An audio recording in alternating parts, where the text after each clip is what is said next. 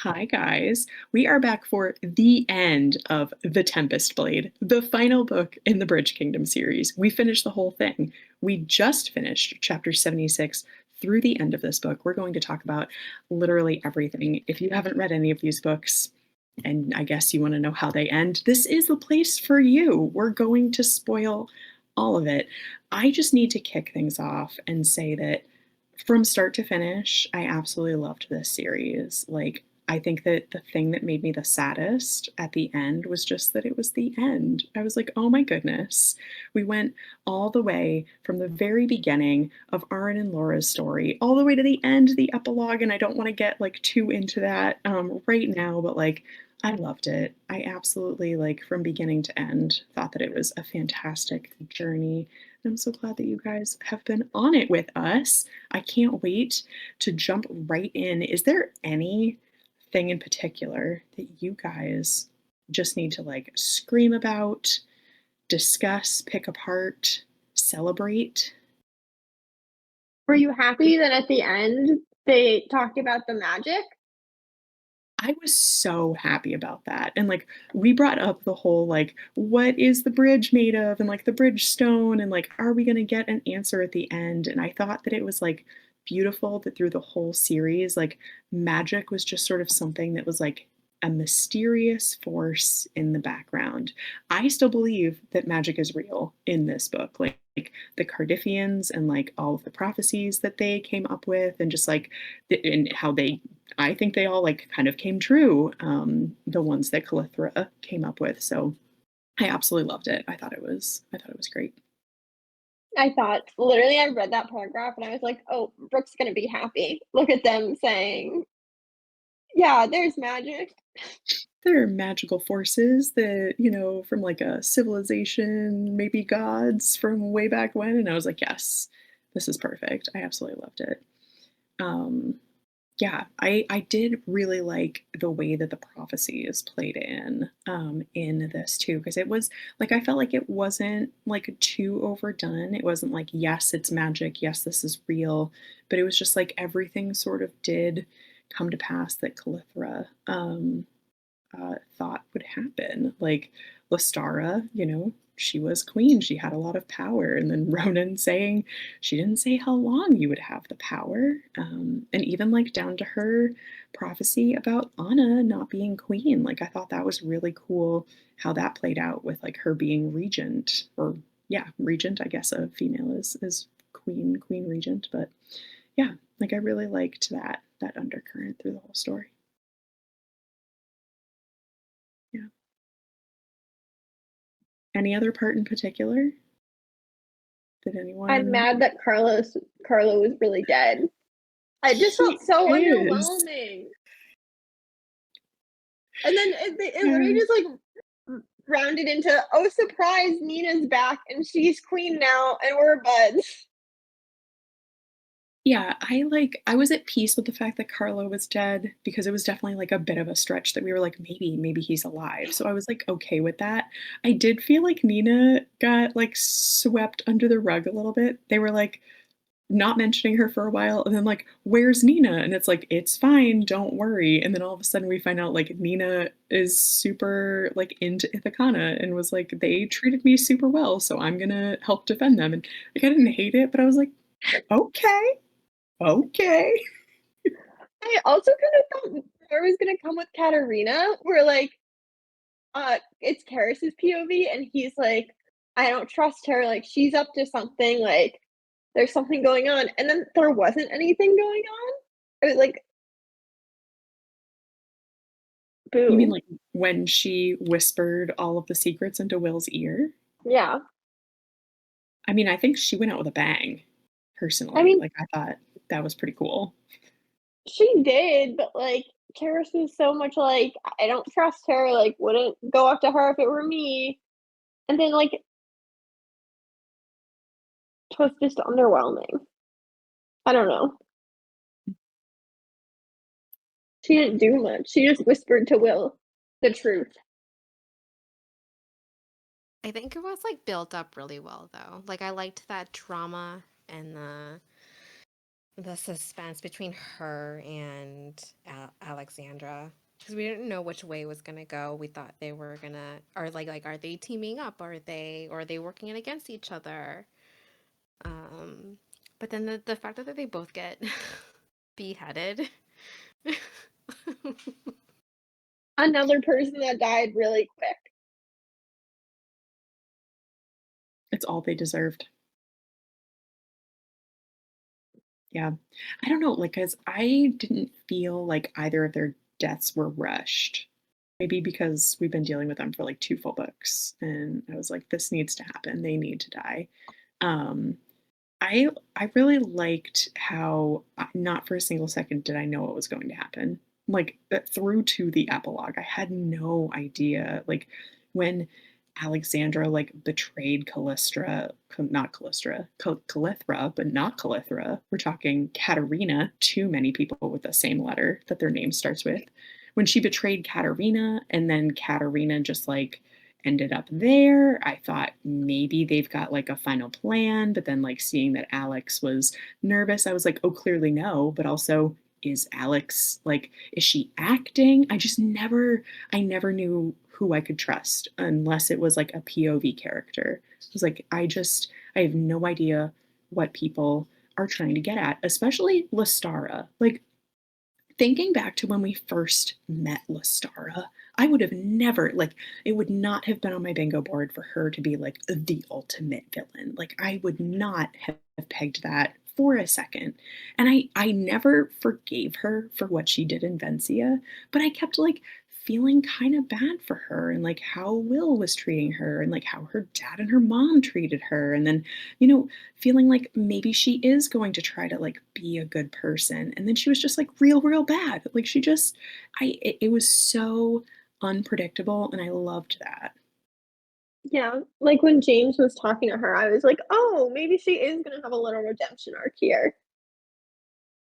I know, I kept going back and forth. I think that makes like a really great complex character. Because at one point I'm like, you know, do I feel bad for her? Am I rooting for her? Like, I don't know. And then shit hit the fan. There were definite moments that I was like on Team Lestara might be a little too strong of a phrase to use because I was never like rooting for her as a person. But I was Hmm. like, I'm okay for you to turn a new leaf and like, you know, try to right the wrongs that you've done in the past. Cause I get that like the awful things you've done have stemmed from the awful way you've been treated up until now. Like, I get it. I still don't forgive you for it, but like if you want to be a good person and help James, I'm all for that. And I thought it seemed like she had something to do with Katerina like not being uh, beheaded off screen and like bringing her to Herondel.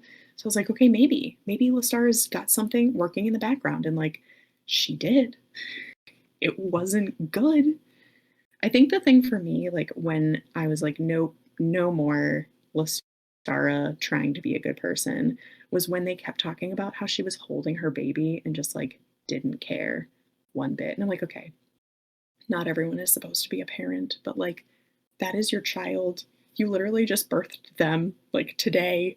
And if there is no part of you that is like protecting them over using them as like a human meat shield and like for your own benefit, like we're done. We are done here. Go get eaten by a shark.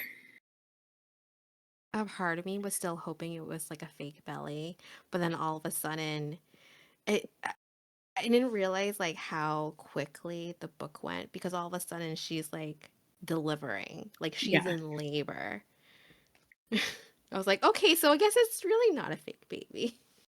Yeah, the timeline was hard. Like the first time that they were like, you know, her like swollen belly or whatever, I was like, okay, so she's got to be at least like 6, 7 months pregnant at this point. So like time is progressing. But yeah, it's funny you mentioned that, Jamie, and my thought was like, I think it was in the scene that Anna saw that Lestara was like going into labor. I was like, okay, so Zara definitely wasn't pregnant because it's been way too long. Darn it. I know. I was hoping like it would like your theory would have came true. And I was like waiting, and then we don't even get it until like the an epilogue that they even had children. Yeah, it's like they had 2 kids. Yeah. Like, okay, great. Um, yeah, it's so funny because I can, like, never really turn off the theorizing, even though, like, this was the last section of the last book. Like, there was no need for my brain to be, like, doing all the things. But there was one moment, and I think it was where either Will had baby Oliver, like, right before he ate it, or, like, when Lestara was holding baby Oliver, but Zara, it's, like, Zara's POV, and she, like, recognizes that, like, they are not treating the baby the way that they should be, and she, like, grabs her stomach, and I was like, "Is she?" I don't know, because Remember? maybe their oldest was 4, so maybe the time Yeah. would line up, but they never But said. remember all the times that she got nauseous and like throwing up? She was just nauseous She was just nauseous. from the smell of roasting human meat and Valid. exhaustion. Double valid. The number of cannibal jokes in this book, I felt like it was the perfect amount for me. That was good. That was good. But yeah, I really, really appreciate Lestara as a character, and I really appreciate how Danielle L. Jensen like kept weaving this plot in like I forget like what had just maybe it was when Will had died and we had that scene. I felt like it was really obvious that Lestara killed Will.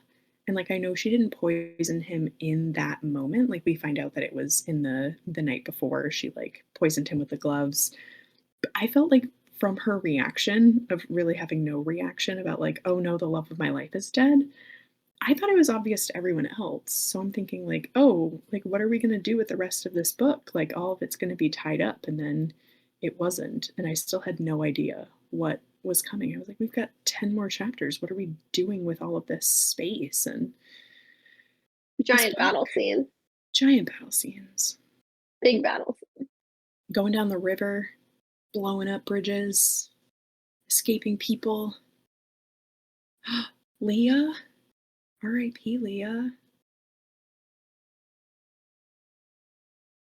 Did you guys, when they were talking about keeping Katarina alive, and someone was like, the queen said to keep her alive. In my head, that was Alex, and it wasn't until like she walked in the room that it was Lestara was the Mm, queen that said to keep her alive.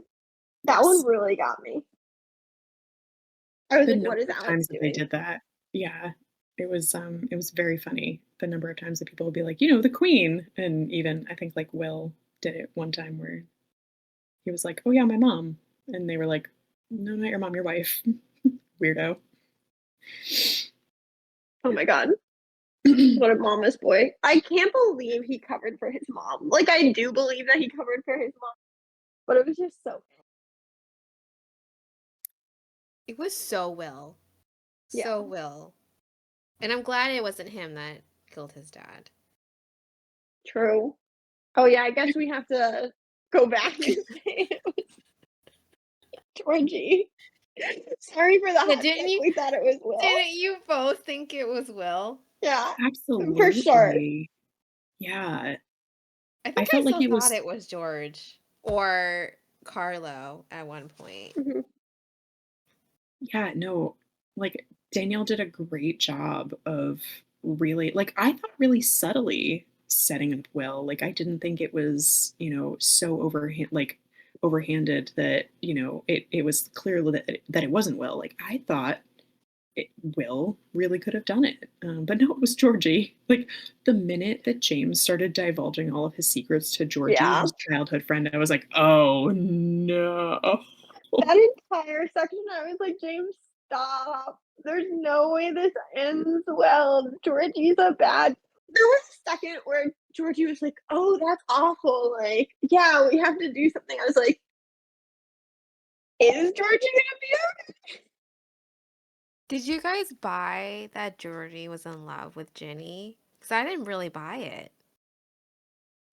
I think that we have to. if only Yeah, I mean, because yeah, now we have to, but yeah, yeah. No, I was gonna say that was something that I was a little disappointed in, yeah.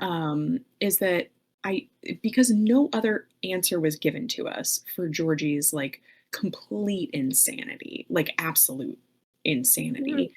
I kept waiting for him to be like, "Oh, yeah, I'm in love with Virginia," air quotes, but, like, "I've been sleeping with Alex." Like, mhm. that would have made more sense to me, but yeah, when he was just like, "I would do anything for Virginia," I was like, "Where is this coming from?" And I get that, like, most of the first book was in Anna's POV and, like, Anna integrating herself into the society, but I definitely needed, like, one good moment between, like, Georgie and James where Georgie's like, "Yes, you know your sister, the woman that I've been in love with my whole life. I really hope we can make something work out." Like, I did feel like that needed to be built in a little more upstream than where it happened.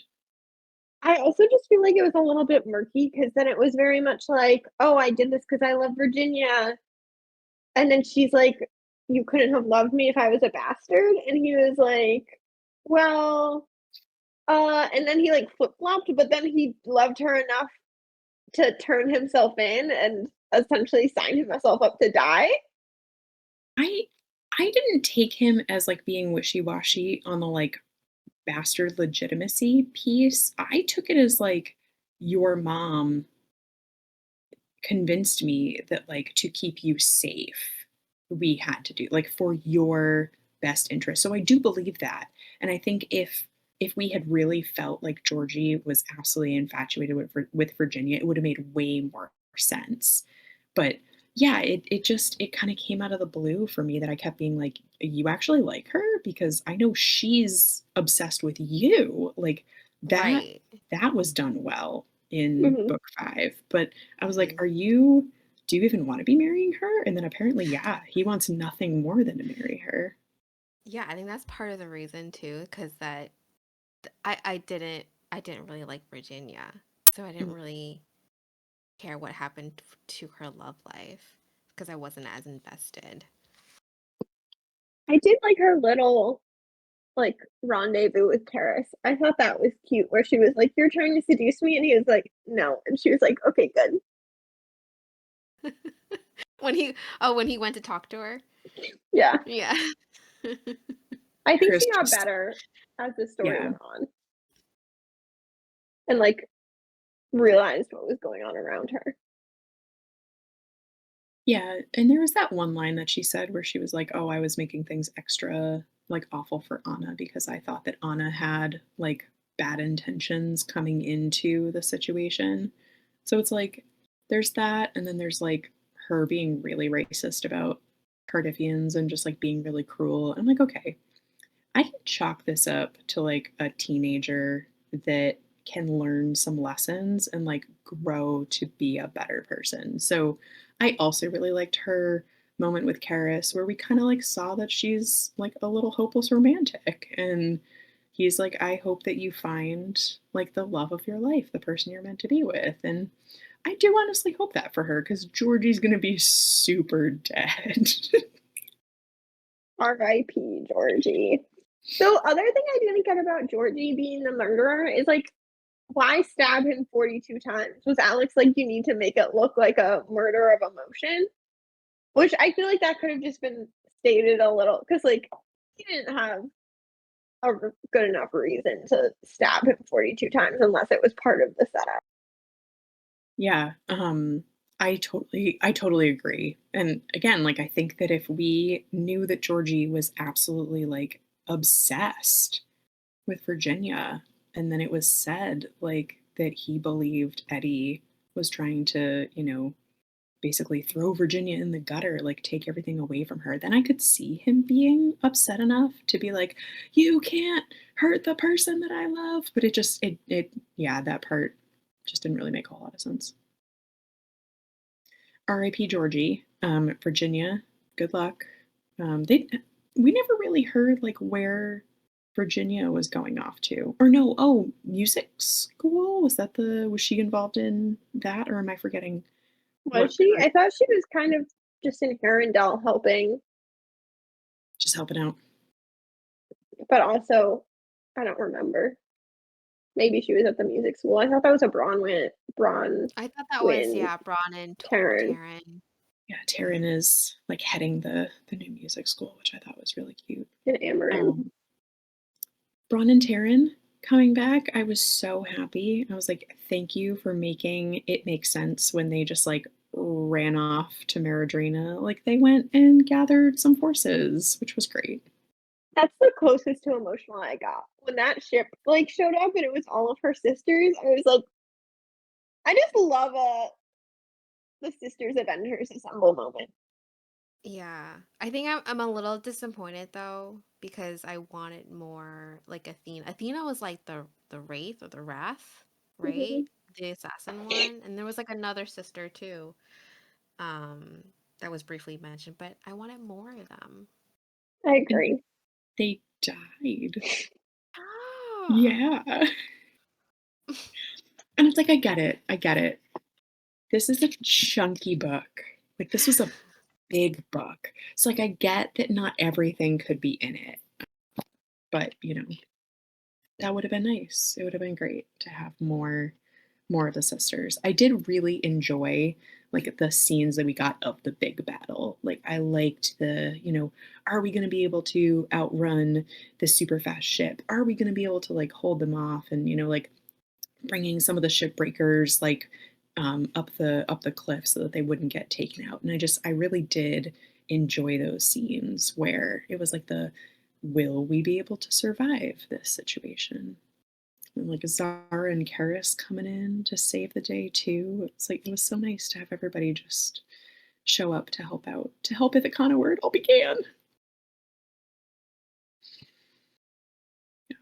But there was a second where when Arin and Laura gave up Delia, I was like, oh, they die in this book. Like that's the sad part. No, I was like, You were Yeah. convinced. Yeah, I was oh, sad about that too. Because I it was was so just convinced. like I that just it thought was it put would like be a a possible. potential. Yeah, yeah, Yes. yeah. It was on the table. Like where it Yeah. hadn't been on the table before when they had Delia, when they gave Delia away, I was like, oh, this is like we started with Laura and Arin and now they die. And then it's about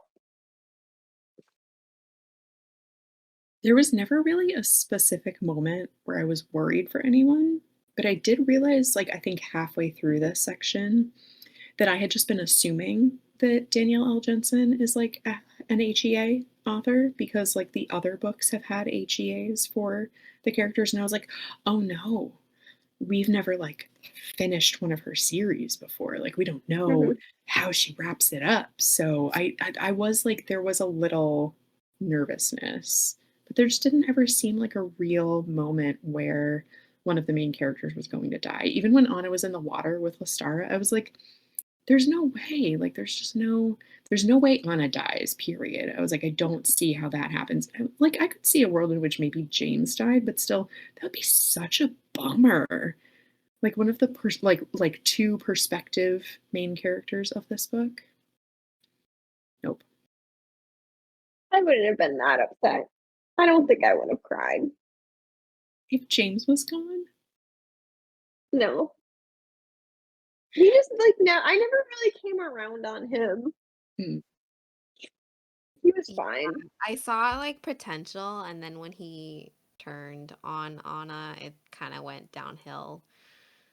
Because it took a while for me to like see him as redeemed in my eyes. hmm. Yeah. When And did then you I had think it happened for you, Jamie? it was after you book, like when you found that he was redeemable.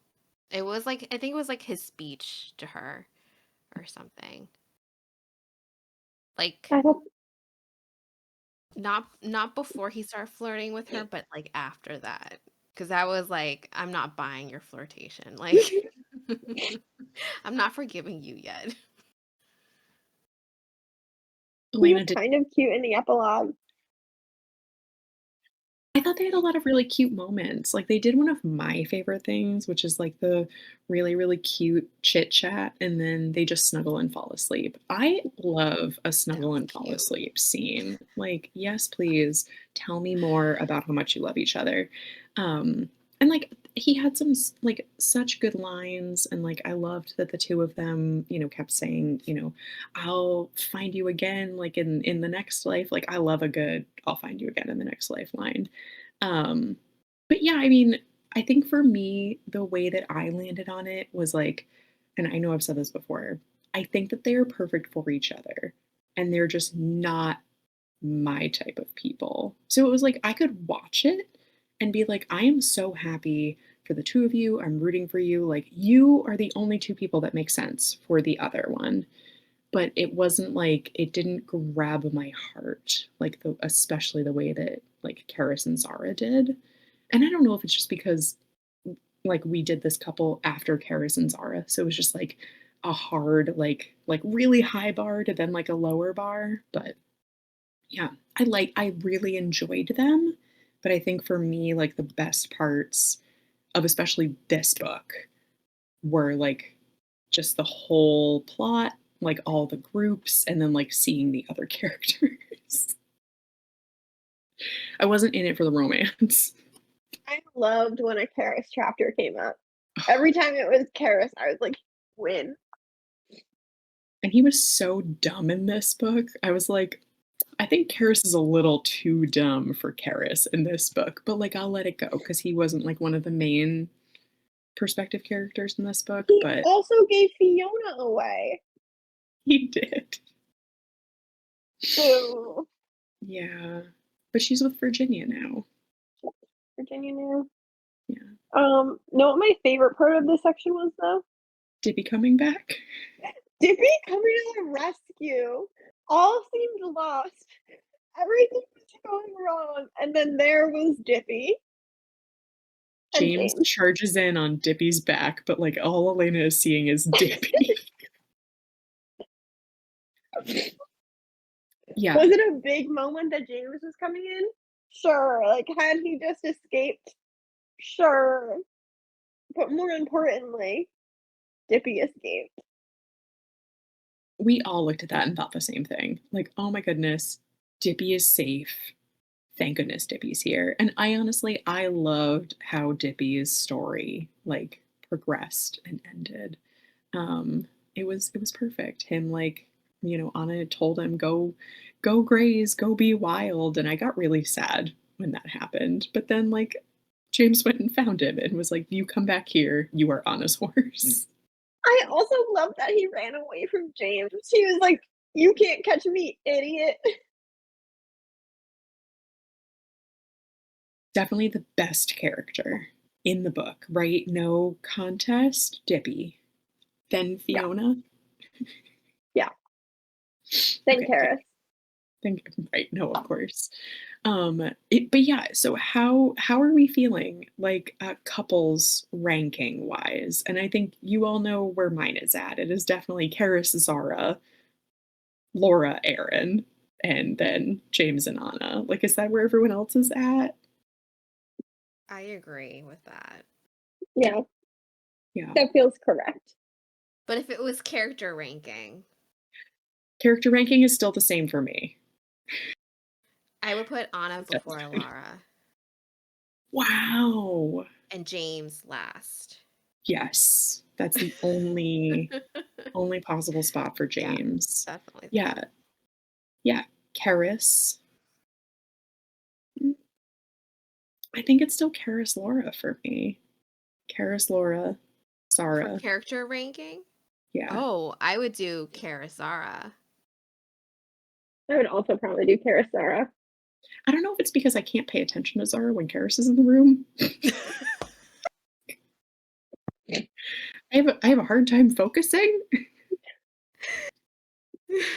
Like, sorry, who are oh right, Zara. No, of course. Of course. Of I course. found Anna and Zara very similar, but still Mhm. different. Yeah. No, yeah, definitely similar vibes. Mhm. yeah, Karis and Zara, the best. Mhm. That epilogue, guys, and there are probably other characters that we need to still talk about and like what they did and whatnot, but like I have to talk about it. That epilogue, perfect. That Perfect 5 years later. Loved it. How they all get how together dangerous. Yes. in secret. Together They're like, and dangerous. big family reunion. It's like the opposite of getting like matching neon pink shirts to go on like a beach vacay. It's like no one can know we're here. Yeah. It was just so cute. It was like so like I just like it healed everything for me for like all of them just seeing their kids like running around and like sharing little personality traits of their parents and just like how they were all like being parents to their kids and then, all of their relationships had been healed and were fantastic and I just loved it. I loved And Jor didn't have an arm. Jor was missing an arm. He didn't die, which I was honestly very surprised about. I really thought he was dying in that last battle. I thought he was dying, and I thought Taryn and Bronwyn were dying. Yes. I thought only one of them was going to die, which would have been more devastating. I thought Taryn was a goner. As soon as she got on that boat, I was like, bad idea. Yeah, in that moment where she like simultaneously forgave James and Anna and was like, I Mhm. will risk my life to save them. Oh yeah, she should have died. Absolutely should have Yeah. died. I'm not I upset was that she actually more didn't. shocked. I was more shocked that Nana died. Because I remember in the very beginning when we were reading The Bridge Kingdom, that, or at least for me, like I did not like her. Like, who's this mean old lady? But then she grew on me. Yeah. Oh my I think god, that when was she's healing Anna and James is like, get this woman out of here. Please make her leave. Anyone I She James really was doesn't like wins in my book. like, Unless it's like Alex. If they're really bad. Nana was she so was, great. yeah. Like she was mad at Anna, but then she loves her. Like, like wasn't she like disciplining her and then like crying at the same time because she was so Yep. happy Anna's back? Mhm. Yeah. She had like no sense of personal space. Like she just went up and just like grabbed Anna's boobs, and I was like, excuse you, Nana. Excuse you. Personal bubbles. Yeah, she was so great. But I saw the like little mentions of how she was like slowing down and like, being like a little quieter. So I wasn't surprised that like 5 years later, it's like I did love that they said that she had a heart attack while yelling at Jor. It's like that's how she should have gone out. It's absolutely how Nana should Correct. have been. It's the only way. Um, I have to give a shout out to Ronan and just like Cardiff in general. I know I mentioned this in the last episode, but I would read like a spin off story about Cardiff, just like a different like romance between two randos in Cardiff. Like, I want to know more about the magic. I thought the vibe was really great. I didn't love how Calithra and Ronan treated their child. Like, that did not sit well with me, even with like the prophecies coming true. I'm like, magic is cool, but even if like weird like finger bones are telling you that your child is going to be like a scourge on the world, you should have done more to try to prevent that, not like feed into it. Like, it does not excuse Lestara's actions, but I didn't love their parenting style. I feel like they did try and prevent it though. Like it made more sense to me when they were like when Ronan was like, I sent her to Miradrina because they don't respect women there. So I thought maybe she couldn't be evil. Like still bad. Like objectively sending your daughter off to be part of a harem, bad. But like it make sense why he did it, whereas before it was like, "Why would you do that?" I always think the prophecy is interesting because a lot of the times it comes out that, like, even if you know the truth, like, trying to prevent it can sometimes make it happen. Mhm. Um, but in this case, it was like them feeding into it also made it happen. It was like if they Yeah. hadn't sent her to Maradrena, like none of this would have been put into like into motion. So I was like disappointed with them. So I can't say that I love them, but I would love to know more about Cardiff. And I was really happy that Ronan did not come to Lestara's aid. Like, there wasn't a large part of me that, like, when Lestar is like, oh, good, my dad's here, like, I'm going to go berate him for being late. I was fairly confident that Ronan was coming to, like, help take her out. But even that didn't make me super happy. I was like, she's your daughter. Like, this is just. So there were, like, a lot of levels of like sad, just like sadness. Maybe I'm just like Yeah, he's extra, like I get extra sad about parents not treating their children well. Maybe that's just like a thing that I've got now. yeah, he's no, he's like no, he's a tough character to love because on one hand, he's awful to his daughter. I mean, the both of them, but then he's also very defensive and protective of his wife. And of his Yeah. sister, like, his sister's death and his bro like, he Yeah. clearly cares a lot about his family, with the exception of his daughter. It would be interesting to almost do like a Bridgerton for like their other like 17 children or whatever. And just like, I want to know what the rest of them are like. Like, Well, we don't know how many because it said he has multiple wives, doesn't he? So, like, it could be dumb numbers of kids. yeah, he had two wives before Oh, Calavera. I think it was like, I think I remember that. Um, I didn't and know that how many. she was the woman that he loved the whole time. Mhm. Yeah. Yeah, it was there were definitely some tough emotional moments, for sure. I need to say this, and I may be wrong. Most of Anna's plans, especially in this section, were dumb. They were dumb and I hated them.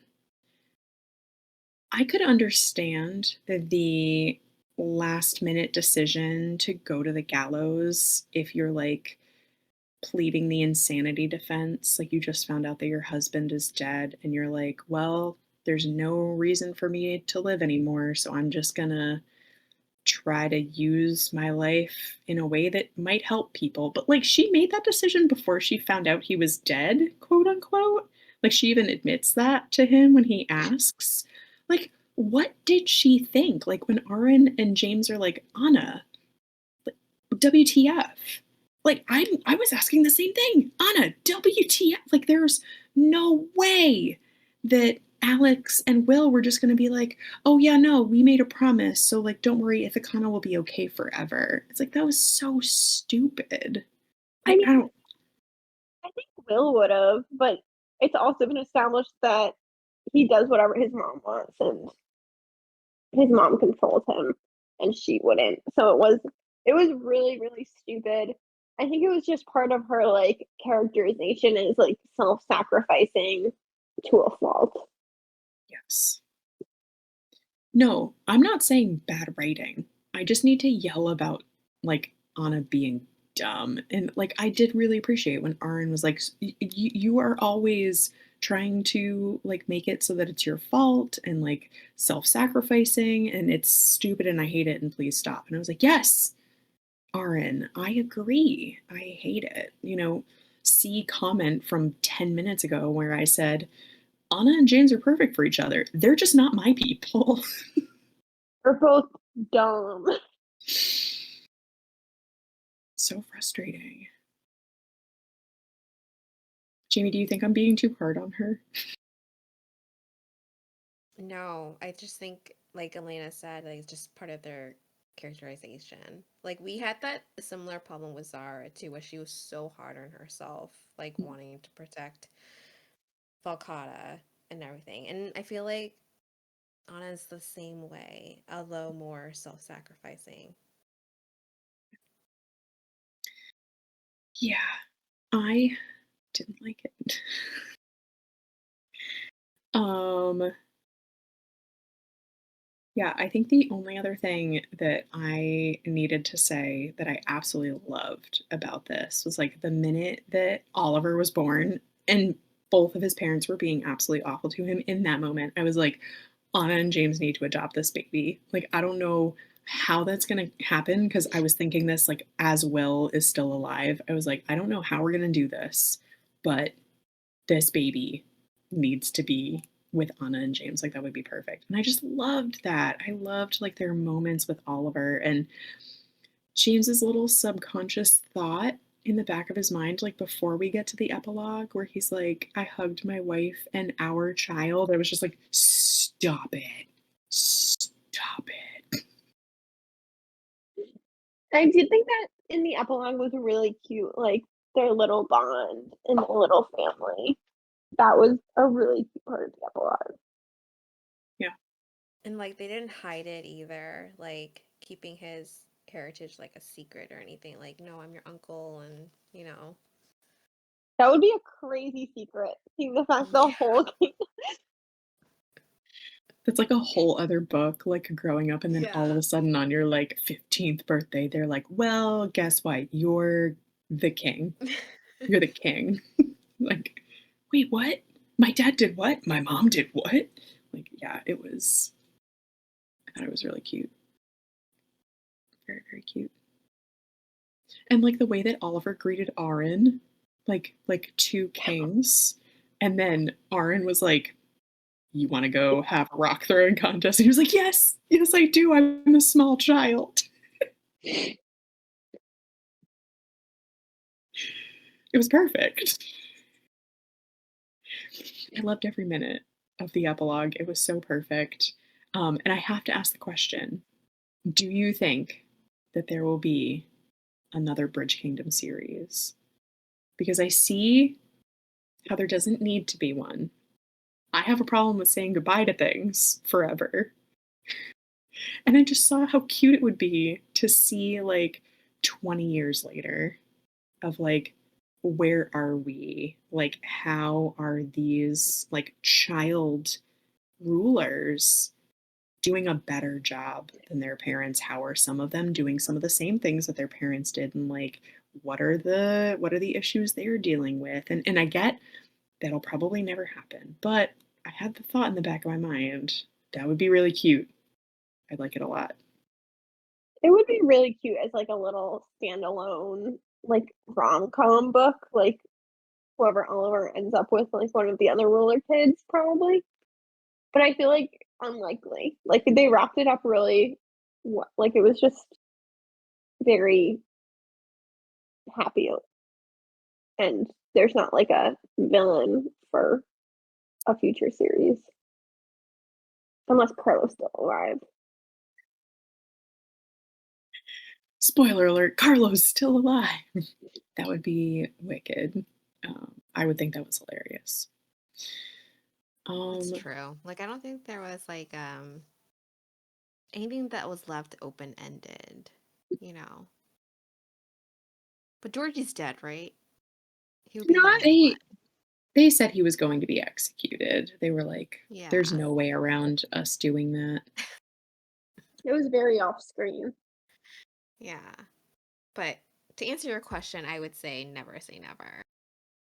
Because there is another author that had a really long series, I think like 7, 8 books, but I think either it was constructed or structured the same as Danielle L.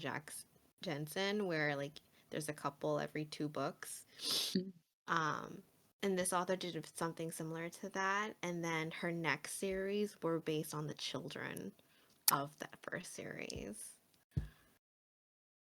See, I would eat that up. Like if she was like, "Guess what? Bridge Kingdom 2.0." I'd be like, "Pre-order all of it for the next 10 years, like however long.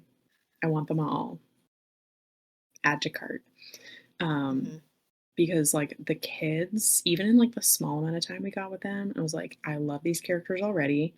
And being able to see them as like adults going through life and then also getting more time with their parents, being Parents, like yes. older adults, I was like, that, yes, sign me up. But if I just get to imagine like their beautiful lives after this, that is also fine. No pressure, DLJ. You don't have to write any books that you don't want to, but if you did, oh, Awesome. yes. But yeah, beginning to end, absolutely love the series. I am so glad that we read it, and I am so thankful that you all joined us for the whole thing. Any final thoughts on any of it before we say goodbye to the Bridge Kingdom? Thank you guys so much. That is the end of The Tempest Blade by Danielle L. Jensen and the end of the Bridge Kingdom series. Thank you again for joining us, and we will see you for the next book. Bye, guys.